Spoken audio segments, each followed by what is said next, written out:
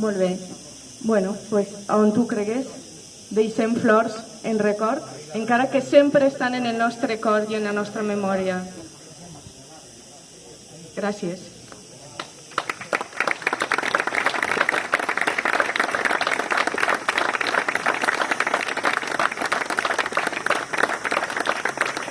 Doncs n'anem a fer-li l'homenatge a Germán. Ens acompanyeu?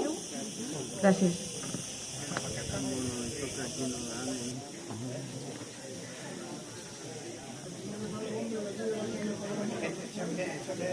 Per ahir hi ha ombretes, si voleu anar passant, per aquí, sabeu, fiqueu més endavant. Anava a dir si havia portat la megafonia, que no m'ha recordat. Especialment a les nebodes, a Rosa i a la família de Germán Arrué Calvo, que avui ens acompanyen. Mireu, jo he pensat que el millor que podia fer era parlar-vos de Germán a través del magnífic treball que va fer Evelyn Mesquida, la que tinguérem el plaer d'escoltar i ens acompanyar dissabte passat en l'homenatge a Amado Granell i a les demés persones que estan soterrades a Sueca. I encara que dediquem uns minuts de més, pense que és un dia tan important i que li devem tant que anem a conèixer-lo de bo. I Evelyn li fa una entrevista a Germán i Germán li conta: vas néixer a Benaguasil, un poble a 20 quilòmetres de València, el 30 d'agost de 1917. Un dels meus avis era basc. Els meus pares es van criar a València, eren llauradors. Mon pare era republicà i pertanyia a la Confederació Nacional del Treball. Jo era de les Joventuts Llibertàries. Quan arribà la República, jo tenia 14 anys. No me'n recorde de la fetge. La majoria del poble la va rebre amb molta alegria. Hi havia molta emoció en tota Espanya, molta emoció. En el poble en seguida obrigueren escoles modernes on se podia aprendre de tot, inclús Esperanto, la llengua internacional. En Espanya, la República va fer moltes coses importants per al poble. Per això l'atacaren i voleren fer-la desaparèixer. Si els alemans no l'hagueren ajudat, a Franco i els seus satèl·lits no haurien guanyat la guerra. Eren molts els que la defensaven i teníem molta força, però ens faltava l'armament. Quan va estallar la guerra, jo estava a Terol. Estàvem allí, un grup de Benaguasil, que havíem anat a treballar a replegar el forment. Vaig fer la guerra a Terol, a Lleida i a l'Ebre. Formava part de l'artilleria pesada.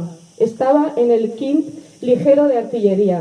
M'ocupava d'un equip de camions de transport de municions. Anàvem a buscar el material a Manresa i el portàvem al front. Passí la frontera el 2 de febrer de 1939. L'aviació alemana i l'aviació franquista ens bombardejaven per tot, en tot moment i per tot el camí. En pocs dies arribarem a França, més de 500.000 de persones.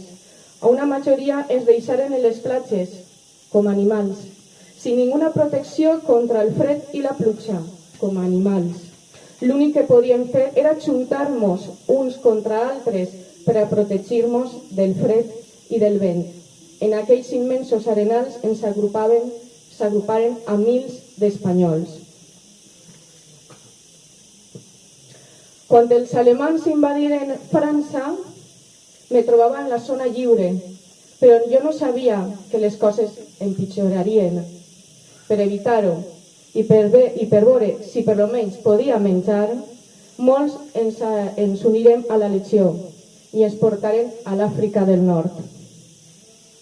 No estiguérem molt de temps en els quarters de la legió perquè en seguida ens portaren a fer la guerra a Túnez. Una guerra contra Rommel, molt dura. La legió quedà allí destrossada, molts moriren i molts caigueren presoners. Jo crec que vaig eixir de la guerra amb certa facilitat perquè mai he tingut por a morir. Sempre m'he dit que morir no era res, el pitjor era caure greument ferit. Quan acabà la guerra, molts dels supervivents desertaren de la legió i se n'anaren al cos franc d'Àfrica. que havia format alguns oficials pròxims a la França lliure del general de Gaulle per a lluitar contra Túnez. Va ser aleshores quan vaig conèixer a Campos, un canari molt valent, molt bona persona, que era el que més s'ocupava dels espanyols. Anava a buscar-los per tots els llocs, els convencia per desertar i s'emportava camions sencers per enrolar-los a les tropes de la França lliure.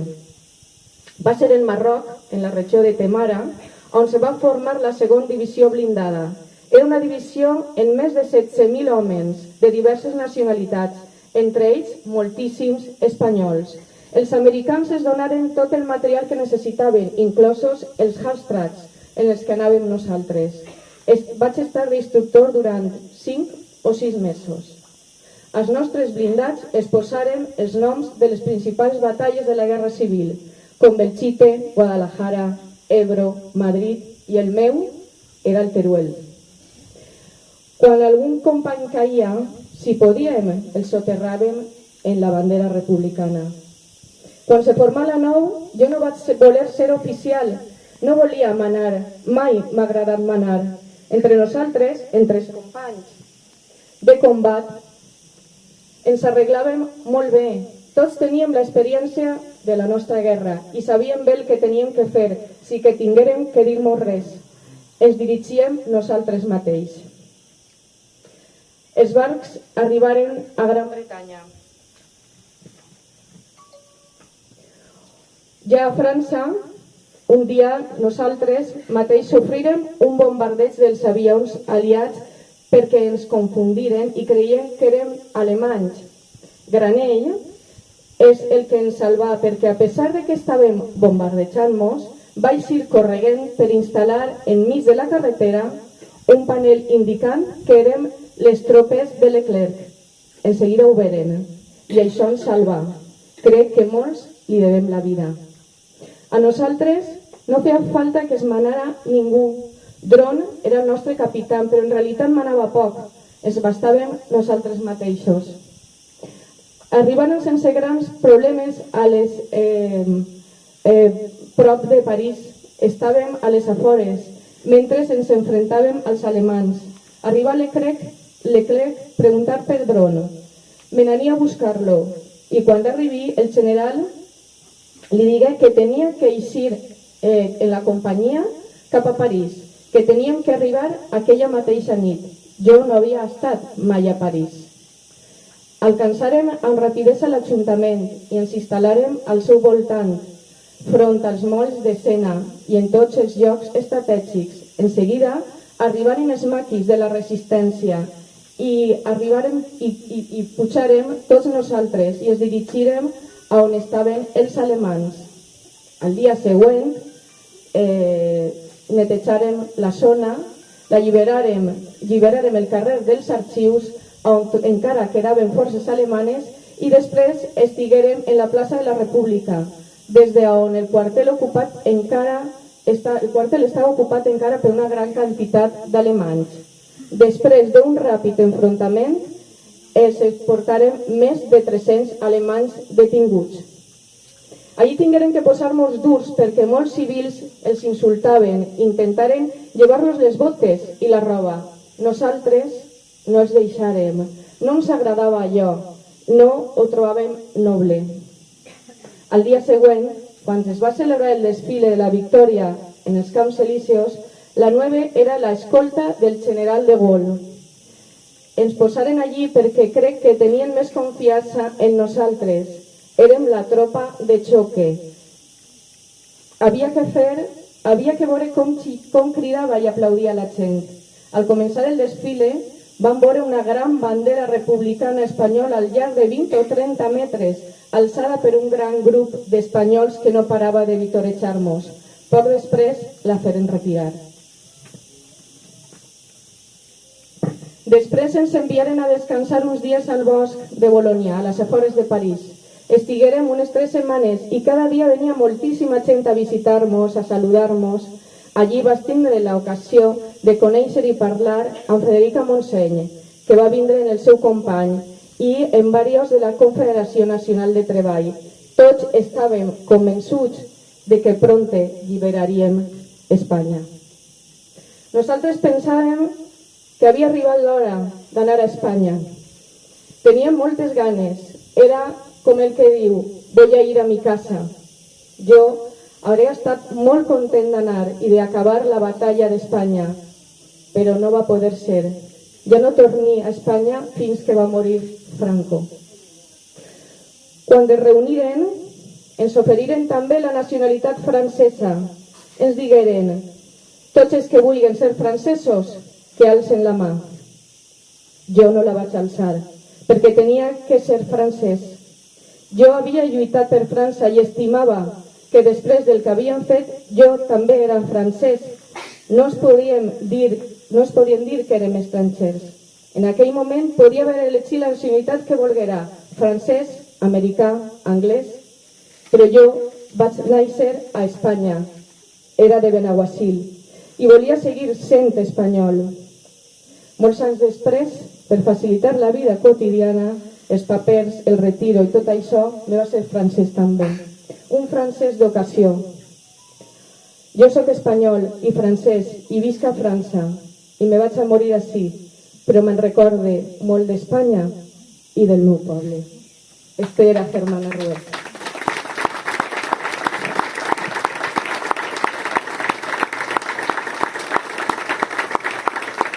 Com vos he dit l'altre dia, tinguérem la fortuna, la sort de compartir en Evelyn Mesquida moltes experiències seues parlant en els combatents que va poder entrevistar, i el que em va dir que se me queda molt gravat, que després de 2 hores d'entrevistar a Germán, ell diu que ja estava molt cansat, estava assegut en el seu barret que portava el nom de Benaguasil, en el seu barret i en el seu gallato, es queda en silenci i li va dir, en realitat, jo pense que nosaltres hem sigut els últims combatents de la llibertat.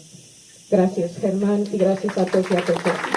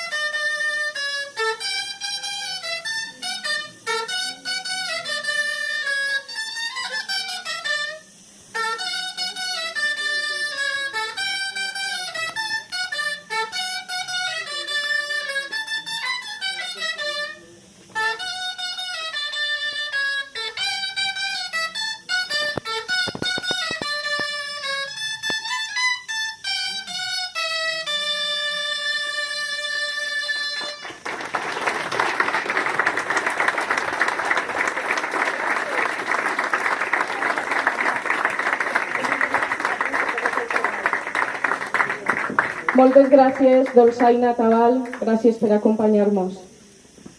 Gràcies a totes i a tots de nou. Tornarem, mai oblidats.